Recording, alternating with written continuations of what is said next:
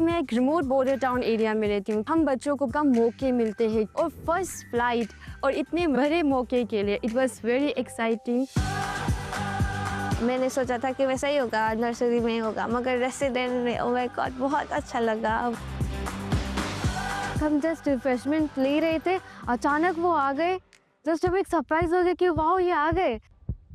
यार ठंड लग रही होगी। से मिलने के एक्साइटमेंट में सब भूल गए।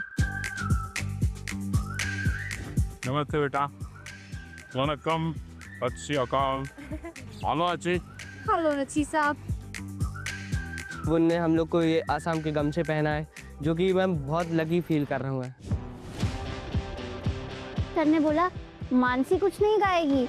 मैं खुश हो गई, सर ने मेरा नाम ले लिया। सारी दुनिया तेरे पीछे मुश्किलों से लड़ता चल, बढ़ता चल। तो उस समय हम कंफ्यूज हो जाते हैं कि कौन सा पैटर्न सही है। मैं प्रधानमंत्री बन गया ना, तो भी कोई बताता है ऐसे करो, कोई कहता है ऐसे करो। सर आप बचपन से मेरी एक बहुत बड़ी इंस्पिरेशन रही है और मेरा जन्मदिन भी आपके साथ ही आता है। अच्छा। सर ये बहुत स्पेशल मोमेंट है जो हम आपसे मिल रहे हैं। स्कूल जैसा मत कीजिए, इसके यहाँ स्कूल नहीं है। आइए। मुझे बुलाया, मेरे कंध में हाथ रखा। मुझे लगा भाई ये सपना है कि या कुछ और है। अगर टाइम मैनेजमेंट सीख ली, प्रेशर नहीं लगेगा, थकान नहीं लगेगी।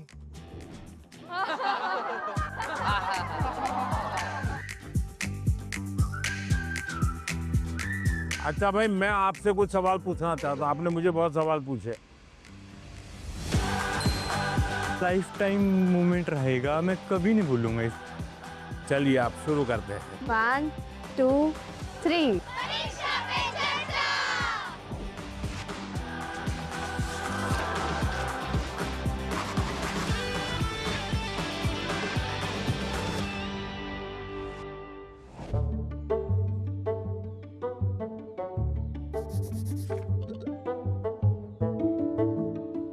चलिए आप शुरू करते हैं, बताइए।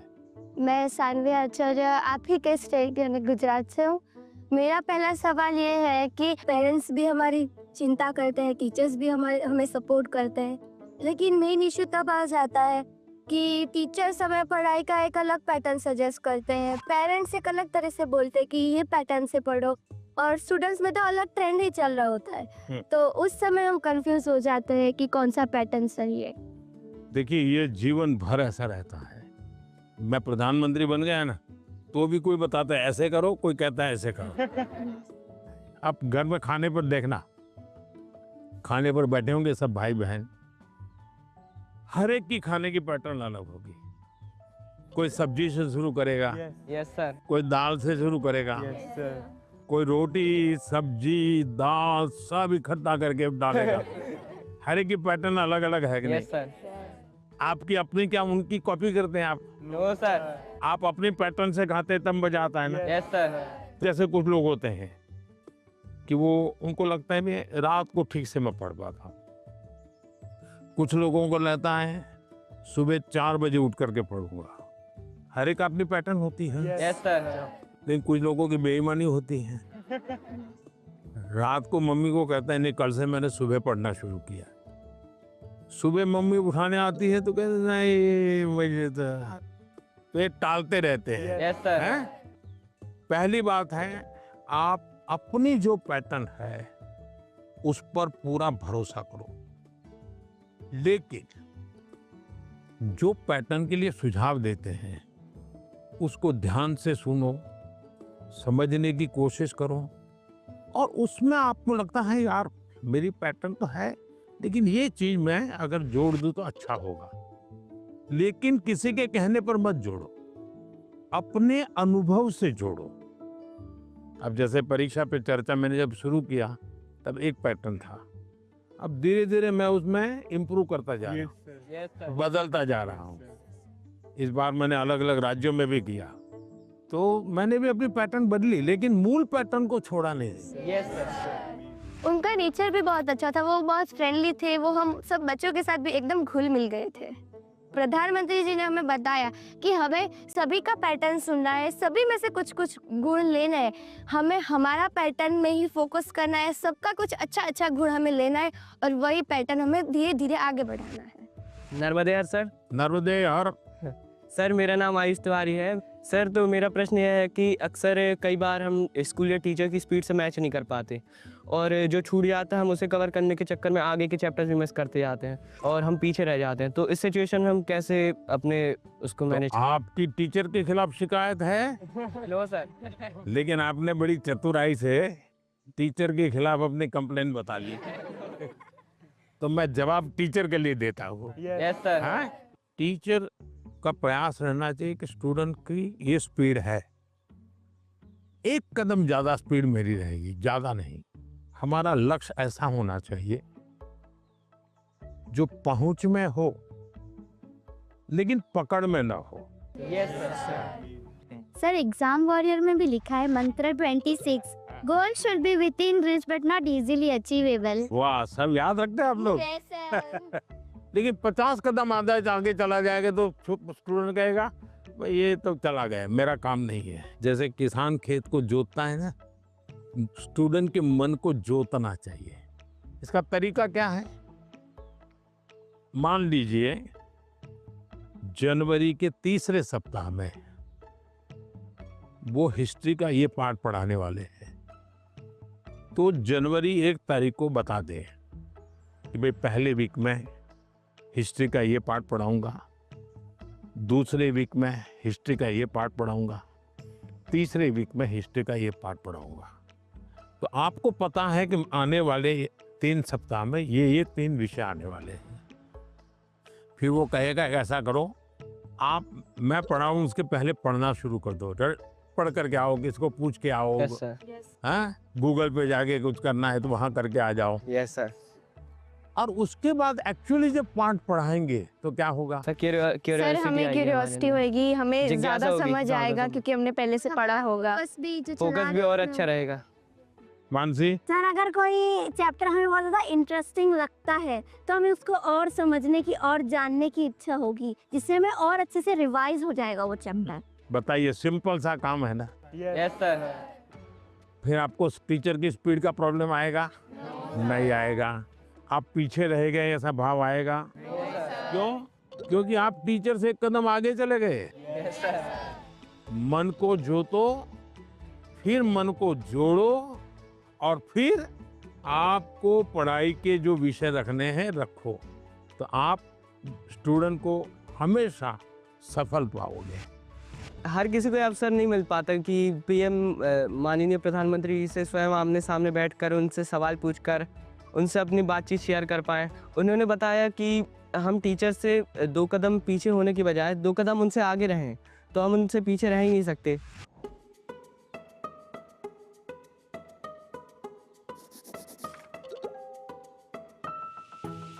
नमस्ते हाँ, सर। नमस्ते। मैं श्रेया प्रधान हूँ सिक्किम से सर। सो एक सेल्फ कंपोज सॉन्ग है। सो ये 3 लैंग्वेजेस में लिखा हुआ है, अरे वाह, हिंदी, नेपाली और बंगाली में। सो ये देशभक्ति का वैसा वाला सॉन्ग है। इसका टाइटल मैंने रखा है हमारा भारत भूमि। तो आपको कविता लिखने का शौक है? Yes sir. सो कविता सो मैं वो नेचर के बारे में लिखती हूँ ज्यादातर। अच्छा, नेचर के विषय में। भानु जयंती ने भी लिखा था 1-2 बार। Yes sir. चलिए सुनाइए। हमारा भारत भूमि है, ऋषियों का ये देश है। हमारा भारत भूमि है, ऋषियों का ये देश है। अनेकता में एकता, शांति का परिवेश है। अनेकता में एकता, शांति का परिवेश है। देवी देवता को प्रिय वासियों, मानवता मौला एक उठानियो। शाबाश, बहुत सुंदर, बहुत सुंदर। देश की एकता की बात बताई, एक भारत श्रेष्ठ भारत। मानसी, तुम्हें तो आता होगा बेटा कुछ गाना? Yes sir. कौन सा मैं भी गाओगी, गाना बताओ। सुनाना चाहती हूँ। हाँ, सुनाओ। सर ये गाना मेरी मदर ने लिखा है और ये गाना जो है ये स्टूडेंट्स को डेडिकेटेड है। अच्छा, सुनाओ। बढ़ता चल तू बढ़ता चल, करता चल कुछ करता चल, सारी दुनिया तेरे पीछे मुश्किलों से लड़ता चल, सारी दुनिया तेरे पीछे मुश्किलों से लड़ता चल, बढ़ता चल, तू आगे बढ़ता चल। वाह, शानदार। आपकी माता जी को मेरी बधाई दे देना। Sir thank you sir. बहुत इंस्पायरिंग लिखा है माँ ने। सर मेरा यूट्यूब चैनल और फेसबुक पेज और इंस्टाग्राम भी है। अच्छा, यस सर, मेरे फेसबुक पेज में फॉलोअर्स हैं 1.5 लाख। 1.5 लाख। बहुत ज़्यादा मज़ा आया और मेरे लिए ये बहुत ज़्यादा बड़ी और गर्व की बात है कि मैं उनसे मिली। आइए सब लोग बैठ जाइए।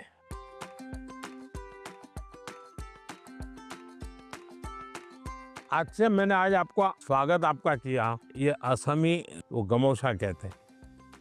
ये सबसे बड़ी चीज है, ये मेरी सबसे प्रिय चीज है। उसकी रचना बहुत अच्छी लगती है। दूसरा है ये असम का और खास करके नॉर्थ ईस्ट की विमेन एम्पावरमेंट का सिंबल है। ये घर में बनाते हैं और सचमुच में वहाँ की मातृशक्ति, नारी शक्ति कैसे काम करती है, तो एक प्रकार से मन को बड़ा आदर होता है, सम्मान होता है। तो मेरा मन कर गया था इन बच्चों को मैं आज असम का गमोशा दूंगा। Thank you sir.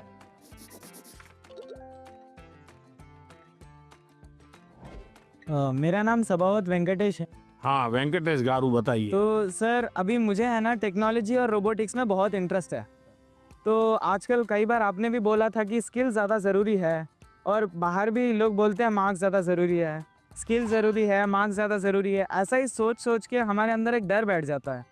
तो आप बताइए कि स्किल ज़्यादा ज़रूरी है या फिर मार्क्स ज़्यादा ज़रूरी है? ये जो मन में रहता है ना कि इसका महत्व है कि उसका महत्व है, खाने का महत्व है कि सोने का महत्व है, पढ़ने का महत्व है कि खेलने का महत्व है, उसका एक कॉमन जवाब होता है, हर चीज में संतुलन होना चाहिए, बैलेंस होना चाहिए। एक तरफ झुकोगे तो गिरोगे कि नहीं गिरोगे? Yes sir. और सही बैलेंस करके रहोगे तो गिरोगे क्या कभी? तो ये सिंपल सी बात है। अब दूसरी बात है, स्किल में भी 2 प्रकार के स्किल है। एक है लाइफ स्किल, दूसरा है प्रोफेशनल स्किल। उसमें भी कोई मुझे पूछेगा कि साहब लाइफ स्किल में ध्यान देना चाहिए कि प्रोफेशनल, मैं कहूंगा दोनों में देना चाहिए। अब मुझे बताइए, बिना अध्ययन किए, बिना ऑब्जर्वेशन किए, बिना ज्ञान प्राप्त किए कोई भी स्किल आ सकता है क्या? No sir. तो स्किल की शुरुआत तो ज्ञान से ही होती है। Yes sir. तो उसका महत्व कम नहीं है। मान लीजिए हम बहुत बढ़िया पढ़ लिए हैं, लेकिन एक बार अचानक माँ बाप को बाहर जाना हुआ। अब हमें भूखे मर रहे हैं, किचन में सब पड़ा है, लेकिन पता ही नहीं कैसे करूं, क्या करूं, कि डब्बे में क्या है, कैसे निकालूं। क्यों? हमने कभी ध्यान ही नहीं दिया। इसलिए लाइफ स्किल जीवन की रोजमर्रा की जिंदगी है, इसमें हमारी लाइफ स्किल अच्छे से अच्छी कैसे हो। मेरा सुबह उठने का समय क्या है, सोने का समय क्या है, मैं व्यायाम करता हूं तो मेरी उम्र के हिसाब से मैं व्यायाम करता हूं, मुझे नया व्यायाम में सीखता हूं कि नहीं सीखता हूं। मैं किसी को मिलने जाता हूं तो मुझे बातचीत करना कॉन्फिडेंस से आता है कि नहीं आता है। मुझे रेलवे स्टेशन पे गया और मुझे मालूम ही नहीं है भाई टिकट कहाँ से लेना, तो मैं 10 लोगों को पूछता हूँ भाई टिकट कहाँ से लेता हूँ। तो लाइफ स्किल जो है वो हमने आत्मसात करनी ही करनी चाहिए। अब दूसरा विषय है प्रोफेशनल स्किल। आप मानो डॉक्टर बनने वाले हैं, तो डॉक्टरी की स्किल आपकी एकदम से अपडेट होनी चाहिए। ऐसा नहीं कि मैं नंबर 1 हो गया था यूनिवर्सिटी में और इसलिए मैं ऑपरेशन करूं या ना करूं चल जाएगा, ऐसा नहीं है। आपको अगर हार्ट स्पेशलिस्ट बनना है तो किताबें आपको हार्ट स्पेशलिस्ट बनने में मदद कर सकती है, हार्ट स्पेशलिस्ट नहीं बना सकती। हार्ट स्पेशलिस्ट तो आप तब बनेंगे जब एक्चुअली आप पेशेंट के साथ, उसके हर स्टेजेस के साथ जुड़ करके अपना स्किल डेवलप करोगे।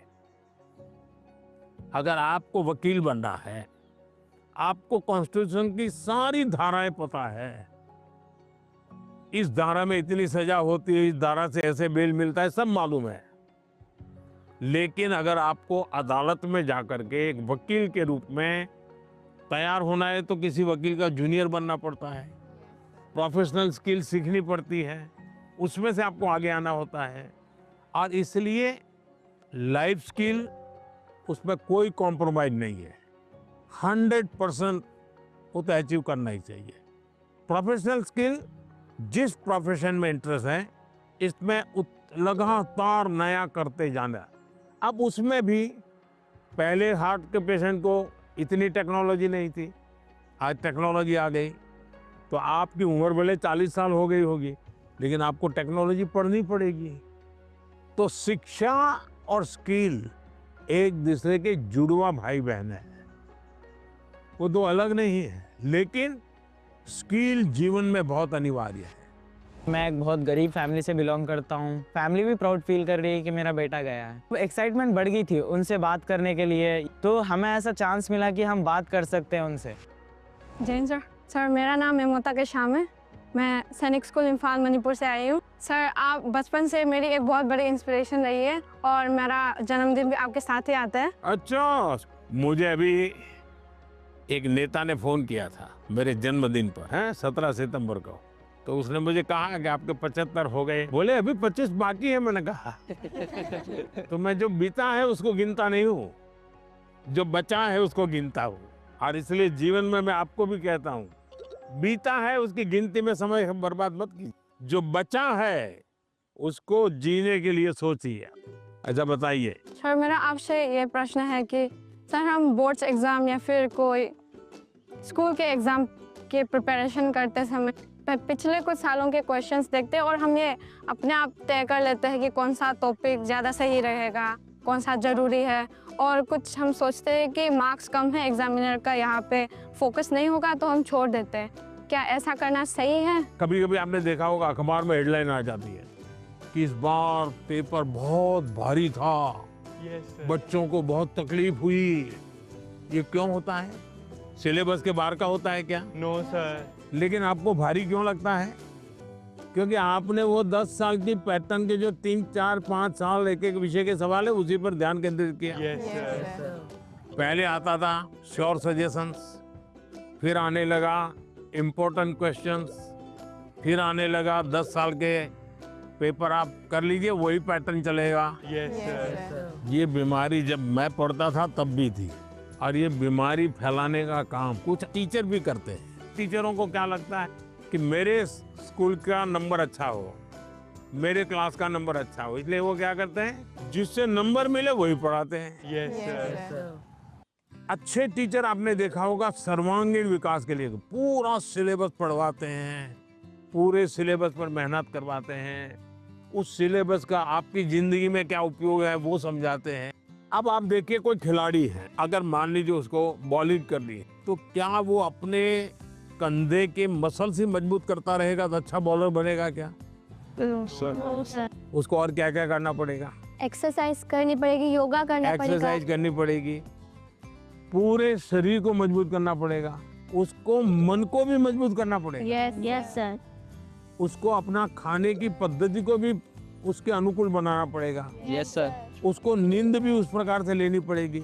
करता क्या है? बॉल फेंकता है, लेकिन पूरे शरीर को तैयार करता है कि नहीं करता है? Yes sir. शरीर का एक अंग भी वीक रह गया, बॉलिंग अच्छी करता है, कंधा बहुत अच्छा है, स्पीड सब अच्छी है, लेकिन पैर ठीक नहीं काम कर रहा है, तो बॉलिंग कर पाएगा क्या? No sir. जैसे एक प्लेयर को अपने गोल को पाने के लिए खेल में मास्टरी पानी है तो भी उसको संपूर्ण शरीर की चिंता करनी पड़ती है। वैसे ही हम जिंदगी परीक्षा के लिए नहीं है,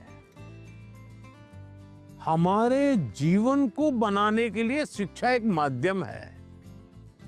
और हम शिक्षा सही करते हैं, गलत करते हैं तो बार बार हम अपने एग्जाम करते हैं। तो ये जो एग्जाम है वो हमें अपने आप को एग्जामिन करने के लिए एग्जाम है। अल्टीमेट गोल एग्जाम के नंबर नहीं हो सकता है। अल्टीमेट गोल संपूर्ण जीवन के विकास का होना चाहिए।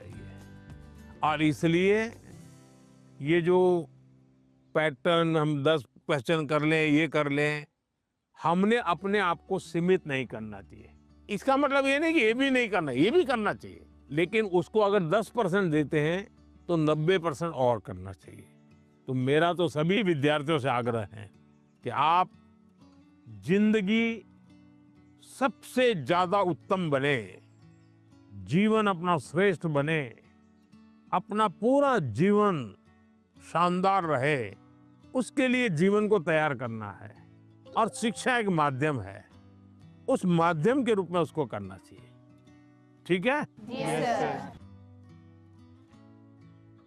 सर, मैं आपसे ये क्वेश्चन पूछना चाहती हूँ कि जिस सब्जेक्ट में मुझे ज़्यादा मेहनत करने की ज़रूरत है, उसका फोकस ना करके प्री बोर्ड में कैसे बेहतर परफॉर्म करने के लिए उसका भी प्रेशर होता है।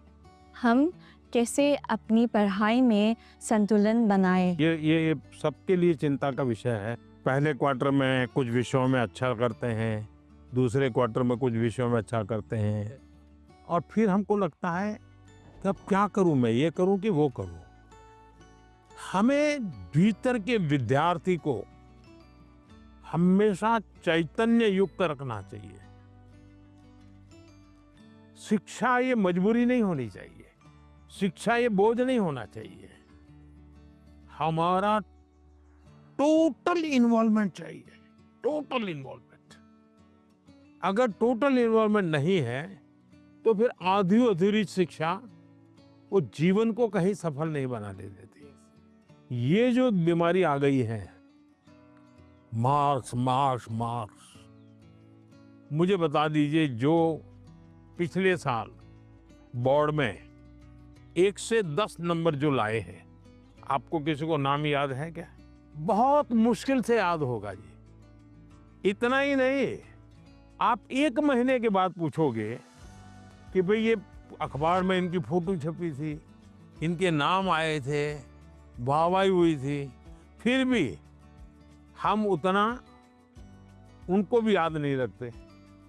उस स्कूल के बच्चों को भी पता होगा कि उनके स्कूल में इतना नंबर आए थे। इसका मतलब इन सब चीजों का कितना महत्व है भाई? कुछ समय के लिए याद कुछ समय के लिए होता यस है, सर, यस। उससे ज्यादा तो होता नहीं है। और इसलिए हम अपने मन को नंबर, मार्क्स, उससे जोड़ने के बजाय मेरे जीवन कहां पहुंचा, और उसके लिए लगातार अपने आप को कसते रहना चाहिए, कसौटी करते रहे, खुद की, क्लासरूम में नहीं, एग्जामिनेशन रूम में नहीं, खुद को कसते रहना चाहिए। मेरा आपसे ये प्रश्न है कि जैसे हम पढ़ाई करते हैं, उस समय पे हमें इधर उधर के बहुत सारे ख्याल आते हैं, तो हम फोकस नहीं कर पाते। तो उस समय पे अपने आप को शांत कैसे रखें? क्योंकि हम पढ़ तो लेते हैं लेकिन बहुत जल्दी भूल जाते हैं।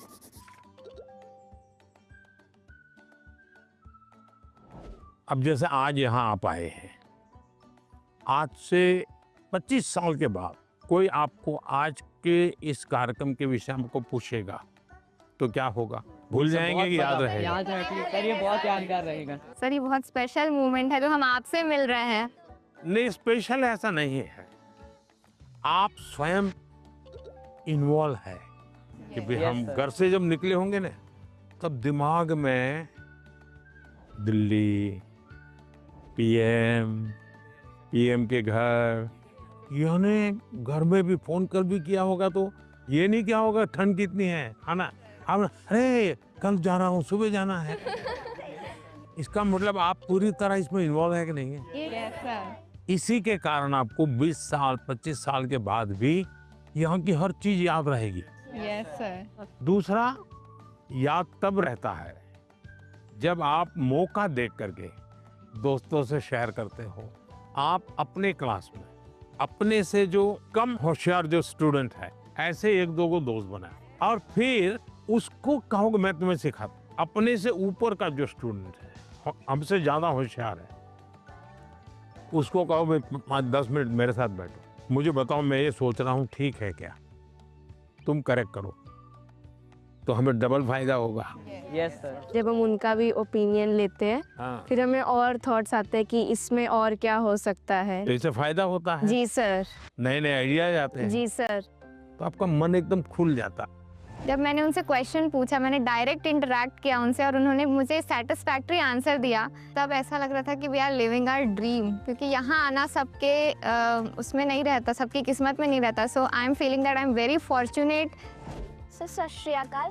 सत श्री अकाल। मेरा नाम एकम कौर है, मैं पंजाब से आई और मेरा आपसे ये प्रश्न है कि जो 12वीं कक्षा के स्टूडेंट्स होते हैं वो अपने बोर्ड्स के एग्ज़ाम के साथ जो कंपटीशन एग्ज़ाम्स होते हैं उसकी भी तैयारी करते हैं, क्या ये सही है? क्योंकि क्या उन दोनों एग्ज़ाम्स के जो एग्जामिनेशन पैटर्न होता है वो बहुत अलग होता है और वो एग्ज़ाम्स आते भी सेम टाइम पे हैं। ये चिंता आपकी सही है।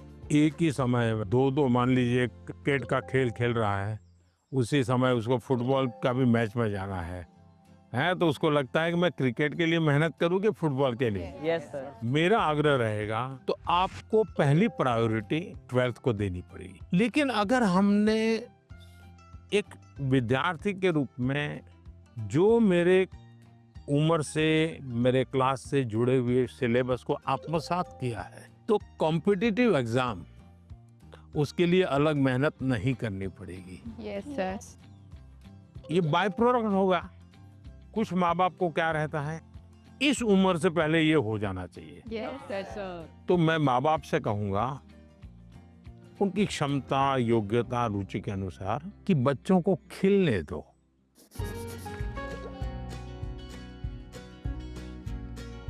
सर मेरा एक आपसे क्वेश्चन था। हाँ। मुझे सर गेमिंग में बहुत इंटरेस्ट है। हाँ। लेकिन मेरी सोसाइटी बोलती है कि सब गेमिंग वगैरह छोड़ो और पढ़ाई में ध्यान दो। लेकिन मुझे ऐसा लगता है कि मेरा फ्यूचर गेमिंग में करूँ। जो मुझे कैसे पता चलेगा सर कि मैं सही रास्ते से जा रहा हूँ या गलत? माँ बाप का नेचर कैसा होता है, पहले डांटते रहते मत करो मत करो मत। Yes sir. लेकिन फिर भी आप चुपचाप करते रहते और मान लीजिए आपने मेडल ले लिया तो क्या करेंगे? खुश वो पूरे मोहल्ले में जाएंगे, देखिए मेरे बेटे ने किया, मेरे बेटे ने किया, मेरे बेटे ने किया। तो आपका सक्सेस उनका सम्मान बन जाता है। Yes sir. फिर वो आपके साथ जुड़ जाते हैं। Yes sir. भारत के अंदर इतनी कथा कहानियां, आप कभी सोचे हैं कि पंचतंत्र पर मैं गेम बनाऊं, मैं गेम क्रिएटर बनूं? और जैसा मानसी का अपना एक पेज है, आप भी अपना एक सोशल मीडिया प्रोफाइल बनाइए और आप 1 या 2 गेम खुद तैयार कीजिए और इन गेम को आप में से लॉन्च कीजिए। तो आपके घर के लोगों को लगेगा अरे देखो इतना छोटा है, 10,000 इसके फॉलोअर खेलते हैं, 20,000 खेलते हैं। तो घर के लोग फिर आइडिया देना शुरू करेंगे, देखो ये हनुमान जी वाली वो कथा है ना, तुम उस पर गेम बनाओ, देखो कैसे हैं। फिर कहेंगे अभिमन्यु वाली वो घटना है, गेम बनाओ कैसे अभिमन्यु बाहर निकलेगा। तो आपको नए नए आइडियाज आएंगे। और इसलिए गेमिंग में आपकी रुचि है, अच्छी चीज है, आप कभी भी संकोच मत कीजिए। लेकिन टाइम पास और डेटा सस्ता है भारत में, है टेक्नोलॉजी बहुत महंगी नहीं है, तो बस लगे रहो। ऐसे ही मस्ती के लिए खेलना, ऐसा जो जुआ चलता है ना, या वो हमें देश में होने नहीं देना है। मैंने अभी कानून बनाया कि जो जुआ खेलते हैं, गेम में पैसे लगाते हैं, वो बर्बादी है।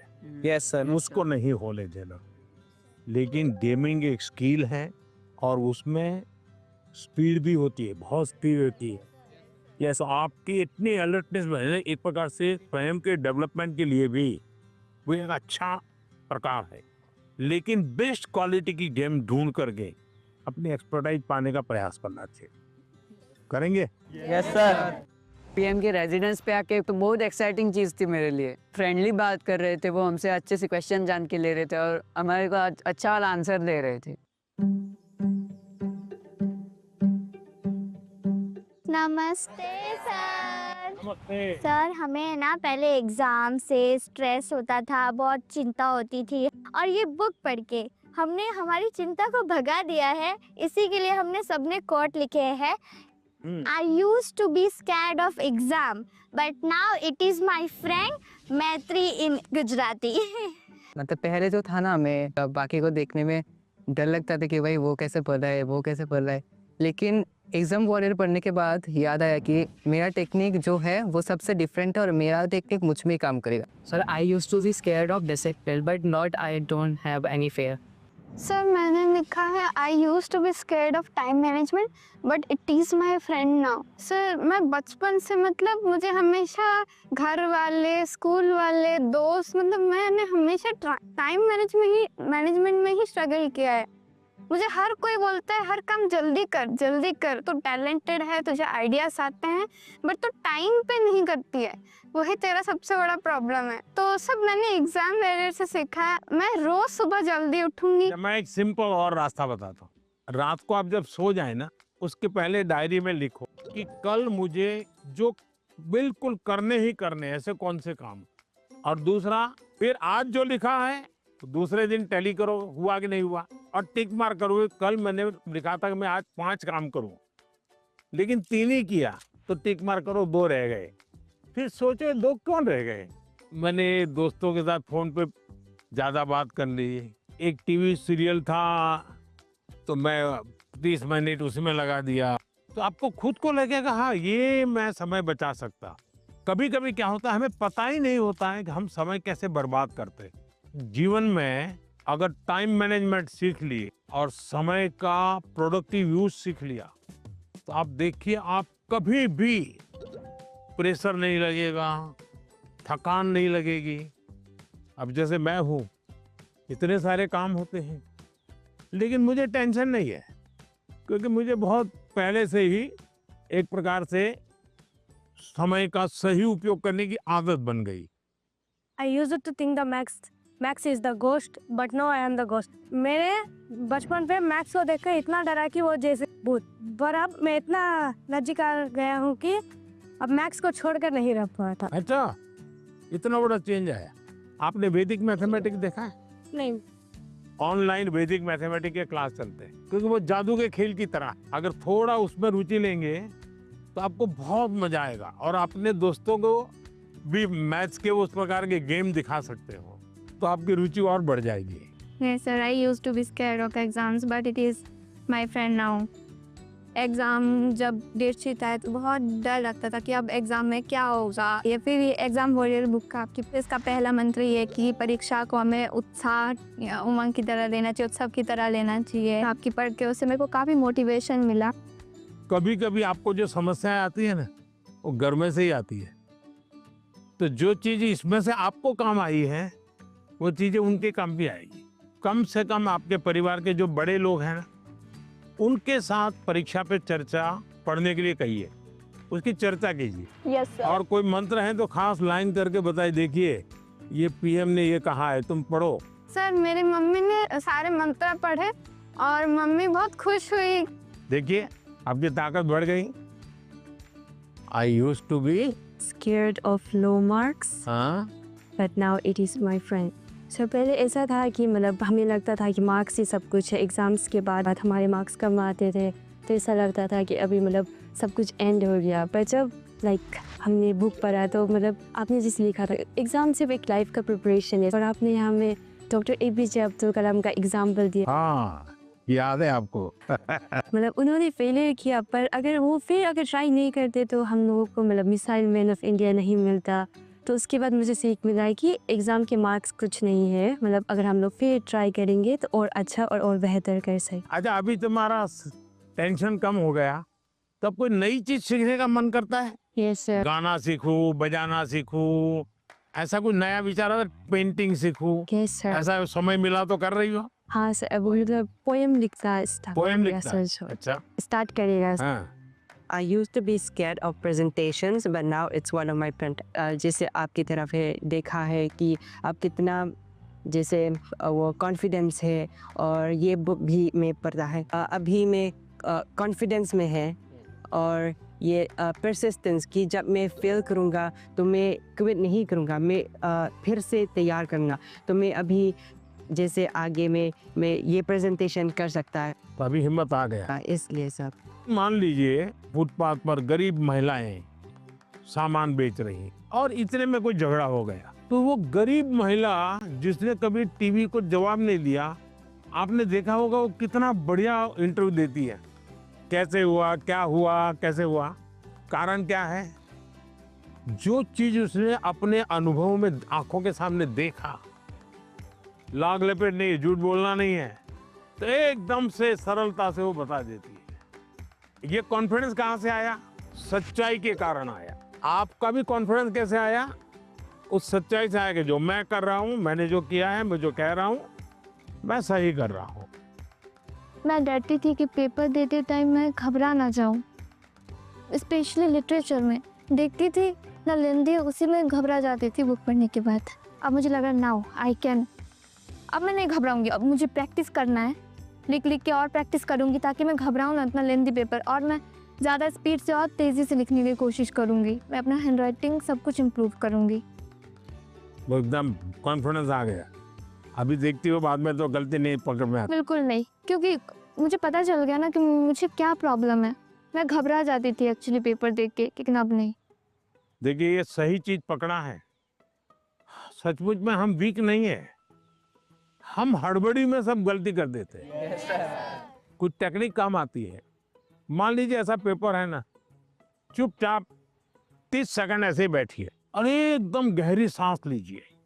सांस ऐसे लीजिए एकदम सीना फूल जाए, इतना जितना भर सकते हैं भरिए, और फिर धीरे से उसके सांस को निकालिए। आपका मन एकदम से अलग हो जाएगा। फिर उसकी ओर देखिए तो आपको नई चीज हाथ लग जाएगी, सही चीज हाथ लग जाएगी। नहीं आता है इसलिए गलती होना अलग बात है, लेकिन आता है और गलती होगा ऐसा कभी नहीं होगा। नमस्कार सर, जय गुरु नमस्कार। शंकर। मेरा नाम मृदुमलय बर्मन है। तो सर मेरा क्वेश्चन ये है कि छोटे घर, शोर और कामकाज के बीच मतलब पढ़ना अक्सर थोड़ा मुश्किल हो जाता है। और अगर माता पिता हमारे सपनों को उतना सपोर्ट नहीं करते, उतना गंभीरता से नहीं लेते, तो अब हम क्या कर सकते? देखिए मैं बताता हूँ, मैंने एक वीडियो देखा था सोशल मीडिया पे जो मेरे मन को छू गया था। एक पिताजी बैलगाड़ी में अपना जो रोजी रोटी कमाने के लिए कुछ सामान लेकर के जा रहे थे और उनका बच्चा उस बैलगाड़ी में सामान भरा पड़ा था, ऊपर कहीं सामान के ऊपर बैठा हुआ था, लेकिन क्या कर रहा था?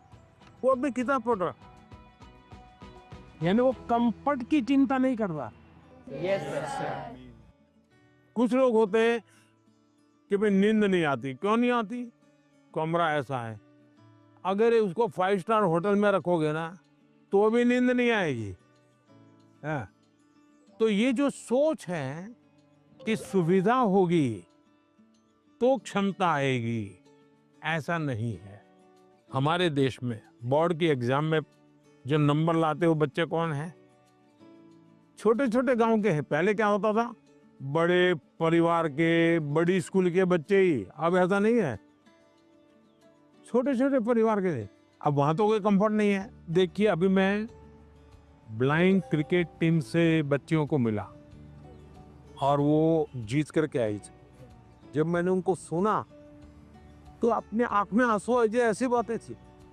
घर नहीं है और ब्लाइंड है, खेलना सीखा, दिव्यांग होने के बावजूद भी वो यहाँ तक पहुंच गई।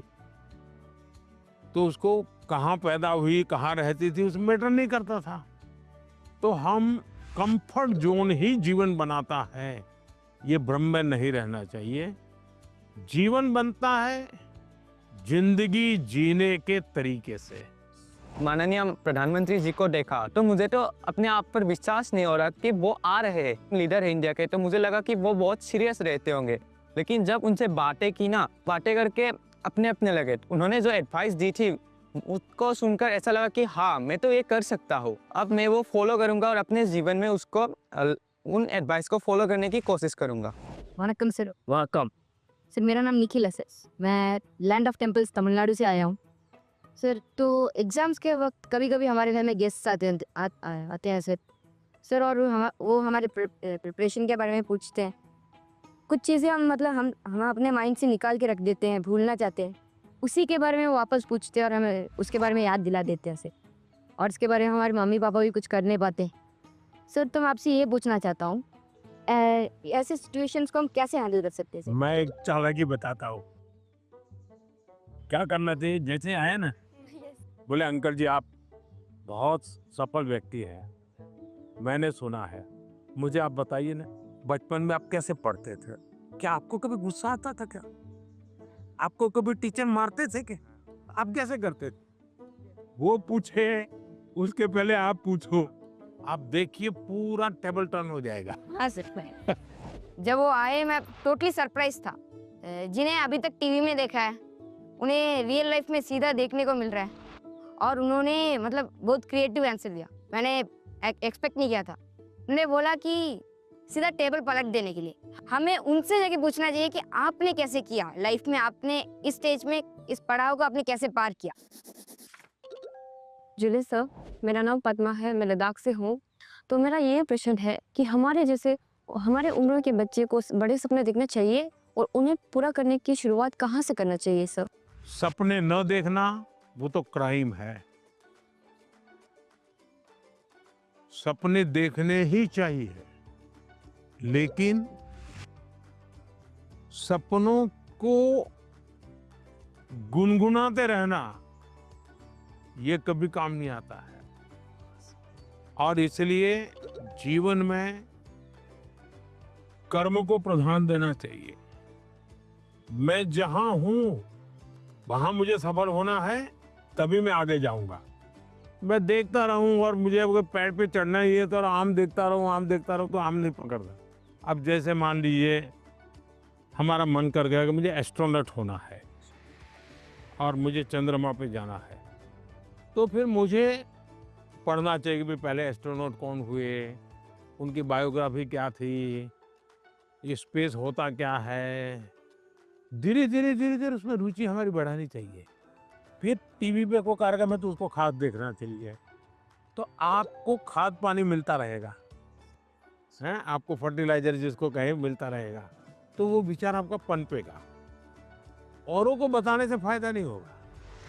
कभी कभी हम बता देंगे भाई मजाक उड़ाएंगे, ये तो एस्ट्रोनॉट बनने वाला है। तो हमारे मन के सपने पब्लिक नहीं करने चाहिए, लेकिन लिख करके रखने चाहिए। मैं बहुत नर्वस थी क्योंकि मेरा ये लाइफ का पहला एक्सपीरियंस था परीक्षा पे चर्चा पर। बट जैसे प्राइम मिनिस्टर मेरे सामने आते ही मेरा पूरा नर्वसनेस एक्साइटमेंट में बदल गया था। Sir, I have a question कि हम जो बड़े सपने देखते हैं उन्हें हमें पूरा करने के लिए रोज़ाना कौन सी एक छोटी सी हैबिट या कौन सी एक आदत अपनानी चाहिए जिससे हम अपने सपने के नज़दीक पहुंचते जाएं?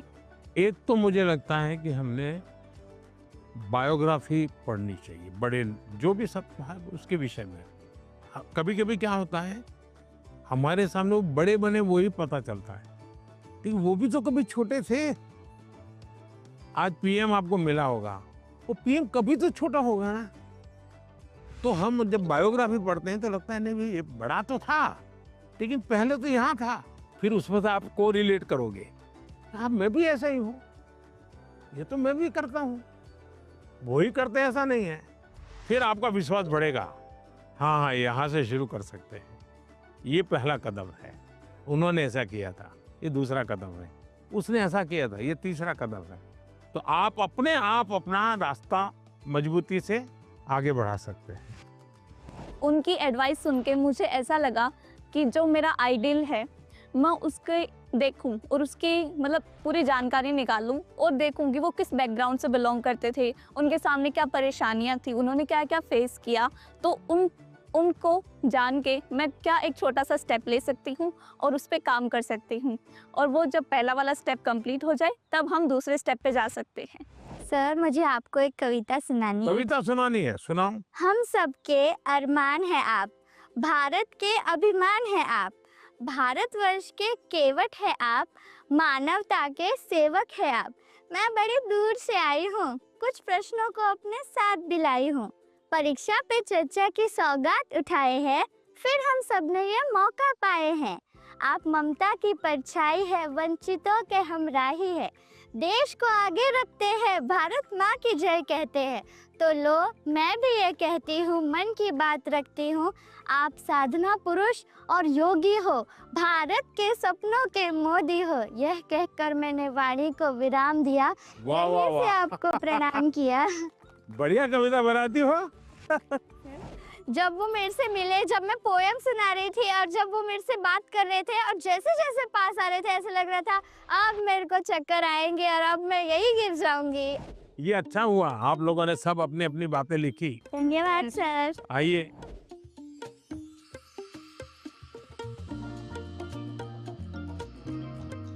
अच्छा भाई, मैं आपसे कुछ सवाल पूछना चाहता हूँ। आपने मुझे बहुत सवाल पूछे।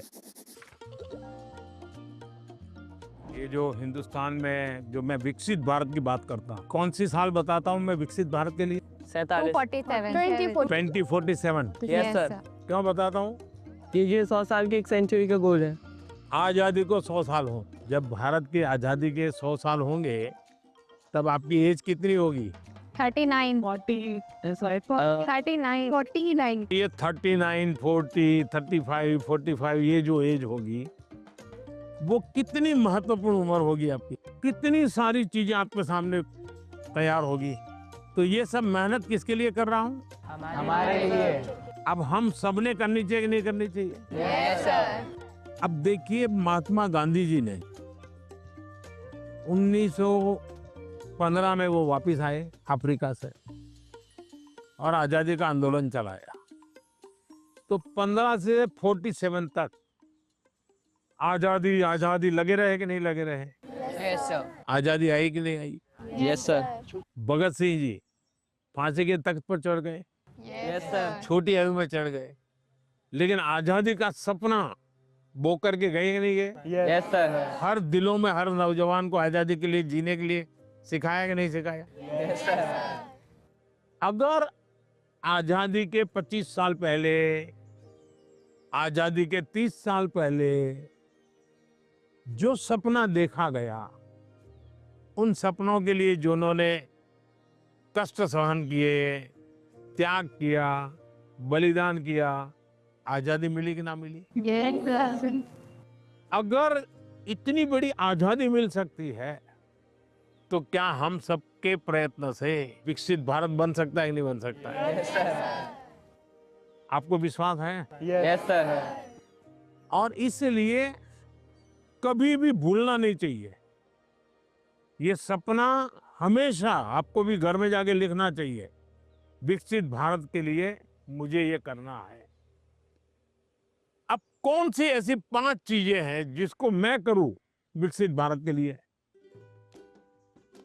सर, अपने अंदर स्किल्स डेवलप करेंगे। सर, हम खुद पर विश्वास कर कर आगे बढ़ेंगे। खुद पर विश्वास करेंगे। स्वदेशी चीजों का ज्यादा उपयोग करेंगे। अब ये स्वदेशी करेंगे तो करेंगे कैसे? तो पहले हमें मन को तैयार करना पड़ेगा। Yes sir. स्वदेशी चीज तो बात की बात है। Yes sir. हम जो गुलामी की मानसिकता में जीते हैं, स्कूल में कोई दोस्त विदेशी जैकेट पहन के आया और कहेगा ये तो फलाने देश का है, तो हमारा ध्यान कैसा रहता है? अच्छा अच्छा, होता है कि नहीं होता है? Yes sir. सर, एक काम आप लोग करेंगे? Yes sir. सुबह ब्रश करने से लेकर के दूसरे दिन सुबह ब्रश करने तक हम जिन जिन चीजों का उपयोग करते हैं उसका लिस्ट बनाइए। आपको पता भी नहीं होगा, कंघी भी विदेशी होगी, आपको पता ही नहीं होगा। जूते भी विदेशी होंगे, आपको पता नहीं होगा। एक बार आपको लिख करके देखना चाहिए, चलो भाई इस महीने में ये 10 चीजें पुरानी हो जाएगी, अब नई इंडियन लाएंगे। अगले महीने ये 10 पूरी हो जाएगी, इंडियन लाएंगे। तो 1 साल के भीतर भीतर सब विदेशी चीजें निकल जाएगी, इंडियन चीजें घर में आ जाएगी। तो हमें तय करना चाहिए, जैसा भी होगा मेरे शरीर पर, मेरे परिवार में, मेरे जीवन में, मेरी कोशिश होगी कि मैं पहले देखूंगा, कोई बताओ पहले इंडियन है कि नहीं है, तो करेंगे। Yes sir. अगर हम ही हमारे देश की चीजों का गौरव नहीं करेंगे तो दुनिया करेगी क्या? अब जैसे हम लोग लेट हो जाते हैं तो क्या बोलते हैं? हम बोलते हैं ये तो इंडियन टाइम है, बोलते हैं कि नहीं बोलते हैं? Yes sir. मतलब हम लेट हम हुए, कार्यक्रम हमने देर से शुरू किया और गाली किसको दी? इंडिया को। दूसरा है कर्तव्य का पालन। पहले अपना जीने के तरीका बदलो। अब पहले शुरुआत करो स्वच्छता से। हम गंदगी नहीं करेंगे। हम दुनिया में कहीं देश का चित्र देखते हो साफ सुथरा दिखता है, यस सर। ये साफ सुथरा क्यों है? सफाई करने वाले कारण साफ सुथरा है कि लोगों ने गंदगी नहीं की इसलिए साफ सुथरा है? लोगों ने गंदगी नहीं की। तो हमें अगर विकसित भारत बनाना है तो हम तय करें हम गंदगी नहीं करेंगे और हम स्वच्छता के विषय में परिवार में, बाहर, मोहल्ले में, सब जगह पे जरा भी कॉम्प्रोमाइज नहीं करेंगे। किसी ने फेंक दिया तो उसके साथ झगड़ा नहीं करेंगे, उठाकर ले लेंगे हम और हम उस कूड़े का तो देखेगा, वो शर्मिंदगी महसूस करेगा। Yes sir. कि मेरा कचरा इसने हाँ। उठाया। और इसलिए हमने जो नागरिक का कर्तव्य है उसका पालन करना चाहिए। हमारा हेल्दी रहना भी एक प्रकार से कर्तव्य है। Yes sir. तो हमें अपने कर्तव्यों का पालन अगर इतना भी कर ले तो दुनिया की कोई ताकत भारत को विकसित भारत बनाने से रोक नहीं सकती है। और आप जब 35-40 साल के होंगे उसका सबसे ज्यादा मजा लेने का मौका आपको मिलेगा। Yes sir. अब मुझे बताइए, जिसका फल आपको मिलने वाला है वो काम आपको करना चाहिए नहीं करना चाहिए? Yes sir. ज्यादा से ज्यादा आपको करना चाहिए नहीं करना चाहिए? Yes sir. चलिए, और मैं एक सवाल पूछता हूँ। आप उस पीढ़ी में हैं, आपके पास इतना खुला आसमान है, इतना बड़ा कैनवास है, आपको ध्यान में आता है कि ऐसी कौन सी चीजें आज हम कर सकते हैं? आजकल ज़्यादा ज़माना ही जैसे एआई का है, काफ़ी चीज़ें एआई में होते हैं। देखिए, आप लोग भाग्यशाली हैं, आपको इतना टेक्नोलॉजी का अपॉर्चुनिटी मिला है जो मेरे जमाने में नहीं था। उसका सही उपयोग करना, ये विवेक बुद्धि हमको विकसित करनी होगी। एआई आपकी ताकत को बढ़ाने वाली होनी चाहिए। एआई का उपयोग कैसे करें? एक तो होता है कि मैं एआई को ये कहूँ कि फलानी बायोग्राफी है, उसका मुझे मेन पॉइंट बता दो, तो एआई बता देगी 10 पॉइंट और मुझे लगा मुझे बहुत ज्ञान हो गया, गाड़ी चल जाएगी, दोस्तों के साथ भी गप्पे मारने हैं तो बड़े ठहाके से। आपने एआई का उपयोग किया, लेकिन इससे आपका लाभ हुआ क्या? नहीं हुआ। लेकिन अगर मैं एआई को पूछूं कि मेरी ये उम्र है, मेरी इन विषयों में रुचि है, आप मुझे बताइए कि कौन सी 10 अच्छी बायोग्राफी है जो मैं पढूं, तो एआई आपको ढूंढ करके 10 बायोग्राफी दिखाएगा। फिर बाजार में जाइए और उसमें से किताब खरीदिए, तो एआई आपको काम आई। Yes sir. आपका डेवलपमेंट हुआ, यस सर। आपको लाभ हुआ। Yes sir. मेरा फेवरेट पार्ट था कि उन्होंने जो एआई को लेकर बोला कि एआई तुम यूज़ करो, एआई की एक हेल्प है, बट वो हमें आगे भी हमें यूज़ कर सकते हैं, बट वो सीधा हमें हमारे जो हमारा गोल है वहाँ तक नहीं पहुँचा सकता। मैं भी ऐसे यूज़ करती हूँ टेक्नोलॉजी से रिलेटेड ऐप बनाना ऐसे, तो मुझे अच्छा लगा कि उन्होंने बोला कि एआई का इस तरीके से यूज़ करो ताकि हम सबके लिए अच्छे से यूज़फुल होए। सर, मुझे बांसुरी सुनाना है आपको। मैं कर्नाटक शास्त्रीय संगीत अभ्यास कर रहा हूँ, बांसुरी। तो आज मैं एक संस्कृत का कॉम्पोजिशन बजा रहा हूँ। हाँ, सुनाओ।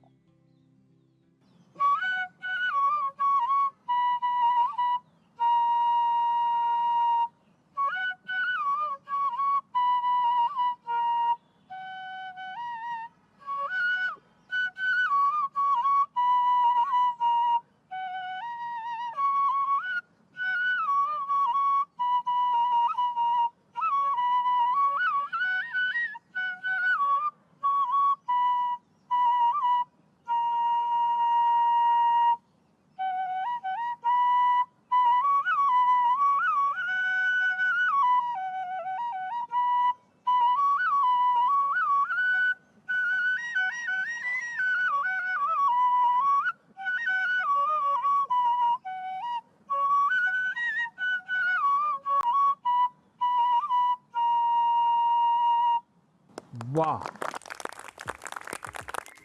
चलिए बहुत बहुत धन्यवाद आप लोगों का। सर मैंने ना एक आपका स्केच बनाया है। अच्छा। आप दिखा सकती हूँ प्लीज? कहाँ है? सर ये मैंने आपके लिए बनाया है। क्या बनाया बेटा? सर हैंडमेड बुके बनाया है। अच्छा, ये पहाड़ में ट्रेडिशनल उत्तराखंड का है ये टोकरी है। जैसे बसंत पंचमी आती है हाँ। तो इसमें हम सुबह उठते हैं और फूल तोड़ते हैं, फिर लोगों के घर घर पे डालते हैं। त्रिपुरा का famous Tripura Sundari. It was made by base coconut shell. So and this is tea from our. वाह, चाय वाले को चाय। Sorry, it's organic. Organic T. तो बहुत अच्छी कविता लिखते हो, लगातार लिखती रहो। Yes, sir. अच्छा, आसाम का गबोशा। हाँ, शाबाश। हाँ। चलिए बहुत बहुत धन्यवाद सबका, बहुत शुभकामनाएं। Thank you, sir.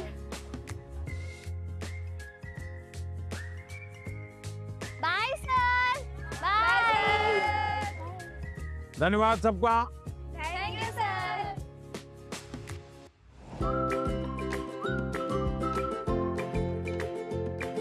बहुत सारे स्टूडेंट्स ने मुझे ये सजेशन भेजा था कि देश के अलग अलग हिस्सों में भी परीक्षा पे चर्चा होनी चाहिए। इस स्पेशल एपिसोड में आप यही देखने जा रहे हैं।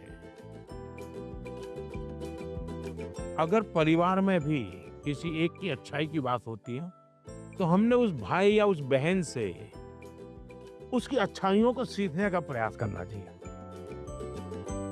जो व्यक्ति बहुत बड़ा बन गया है वो बड़ा बनने की इच्छा होना बुरा नहीं है, लेकिन वो बड़ा बना है तहीं से अपने को जोड़ो मत। शिक्षा की जीवन में भी जरूरत है, समाज जीवन में भी जरूरत है, लेकिन जिंदगी में खेल होना चाहिए, ये भी बहुत जरूरी है। तो आप में से अगर कोई कुछ बातें करना चाहते हो, अपनी बात बताना चाहते हो, मुझे सुनना है। कौन शुरू करेगा?